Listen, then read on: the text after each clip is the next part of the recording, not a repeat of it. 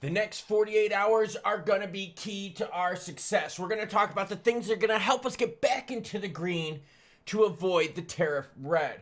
We're also going to talk about what did not crash during this recent pullback, XRP price, along with I say lots of naughty things, so here's your warning. looking at things right now. We're definitely still in the danger zone with Monday's traditional finance to be opening up here in less than 24 hours, and we're expecting more red.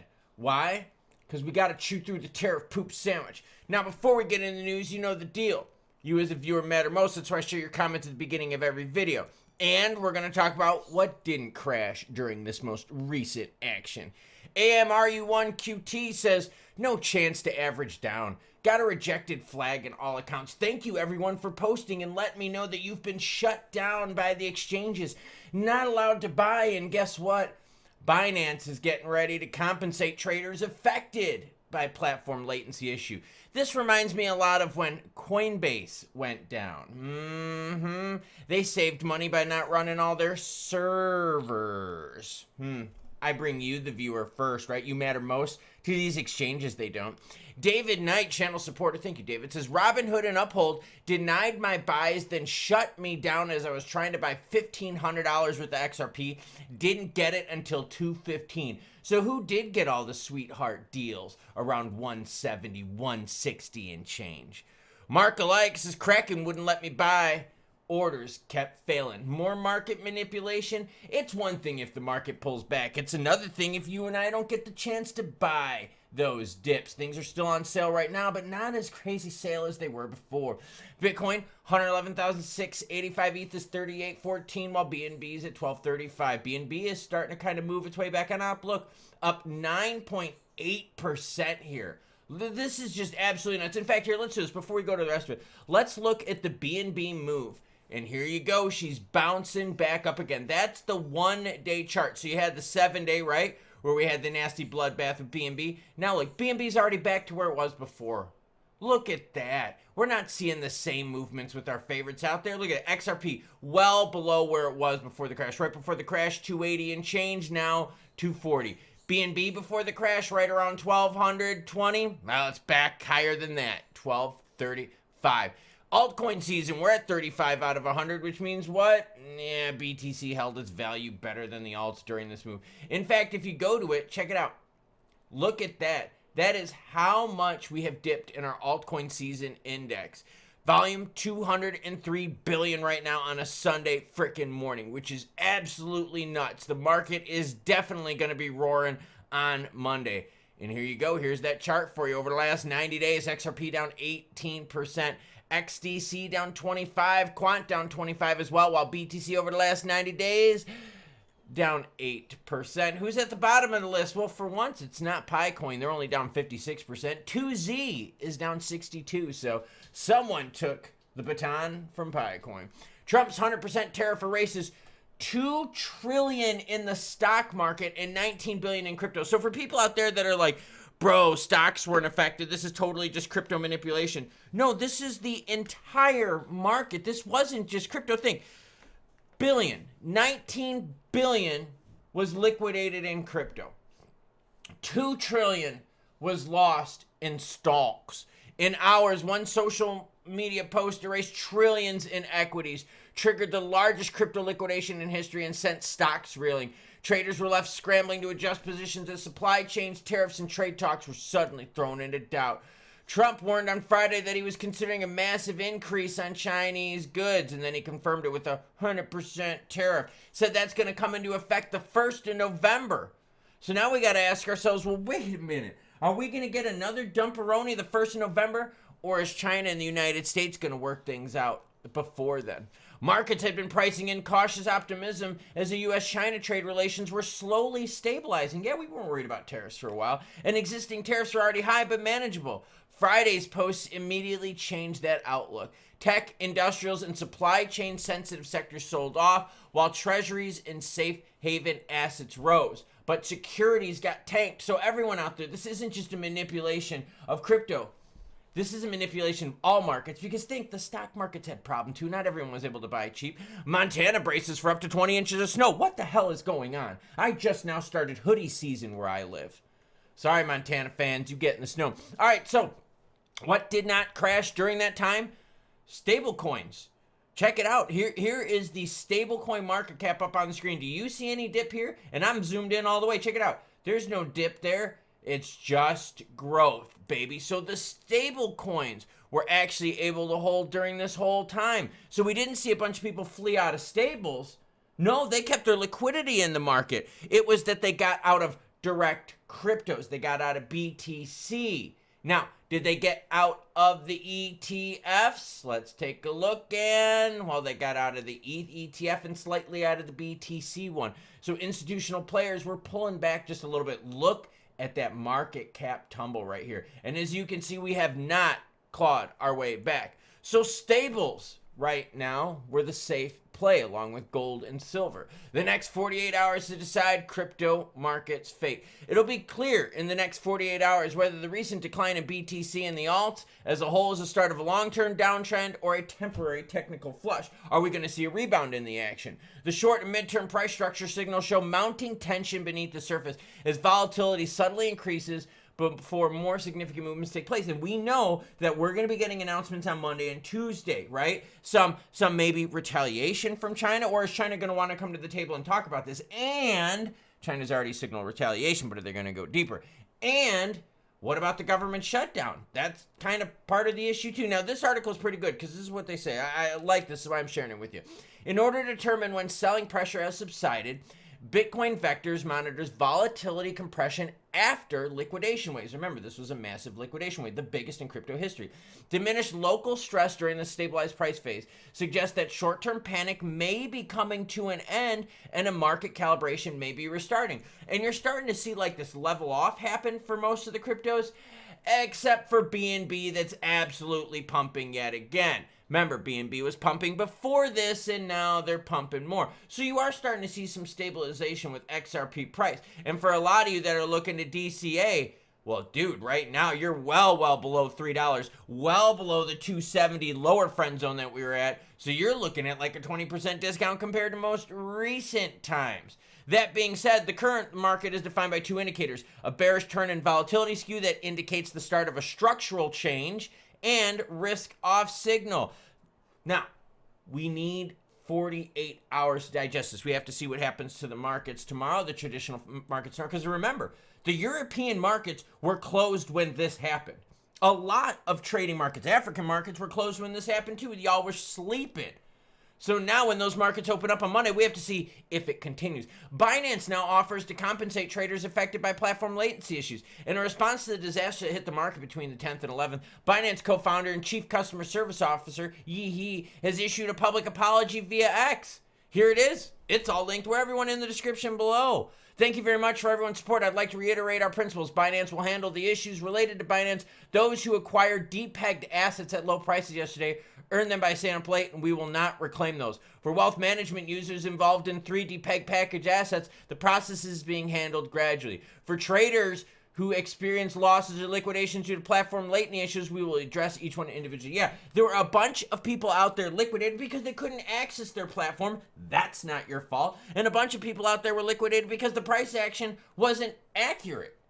That's not your fault either. Latency issues. Obviously, these crypto platforms aren't ready to handle the volume. We had, at peak, 580 billion in volume. Yeah, over $500 billion in volume during that disaster. We talked about BNB coming back. In fact, here, look, watch this. I'm going to compare BNB to Bitcoin. Look at that. BNB blowing the doors off of Bitcoin during this most recent pullback. Bitcoin still down 10%. BNB, what? Up 5.7. All right, cool. How did it go to XRP? This is going to be an interesting one. Look at this. XRP down 20% still from that action 7 days ago, while BNB is up. So BNB proved to be the winner out of this one, as they're still roaring now. XRP volume down 64% to 7.5 billion. That tells you how nuts trading was over the last 24 plus hours. XRP price, I don't know about this one. I am very confident, though, we're going to claw our way back. But we might eat some more pain as China hits the mic coming up here in the next couple days. We've got government shutdown that's going to loom. So we've got 2 big negative events in our way right now. And like I said, the next 48 hours are going to be crucial, because if we can start chewing through those events, that's when we get back into ETFs and regs, the juicy stuff that'll make the market pump. So right now, XRP, you got a sale.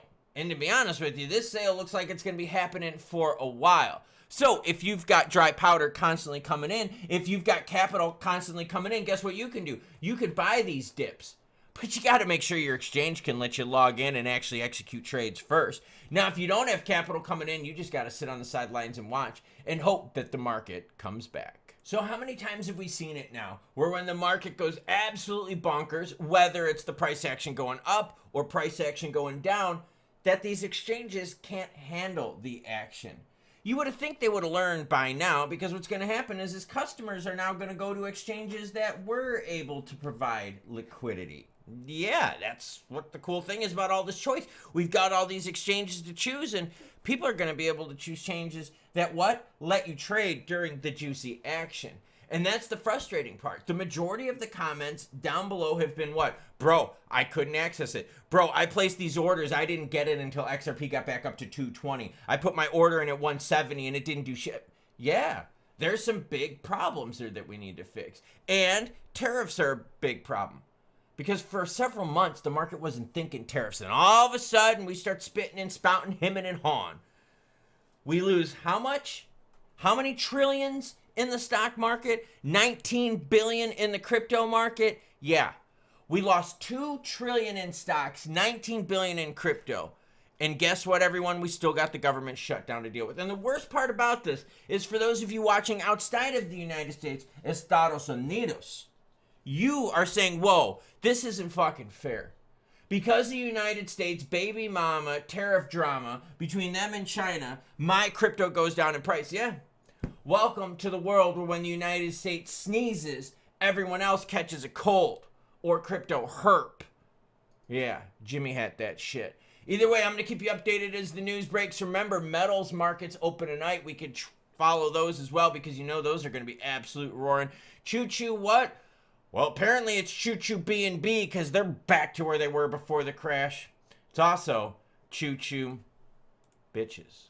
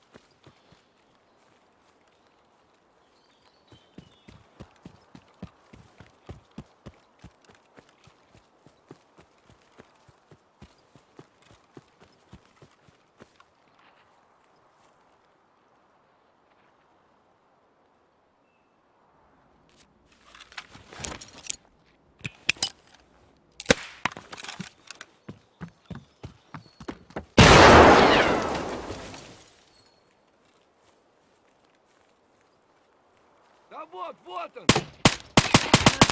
Сигарет! Ах,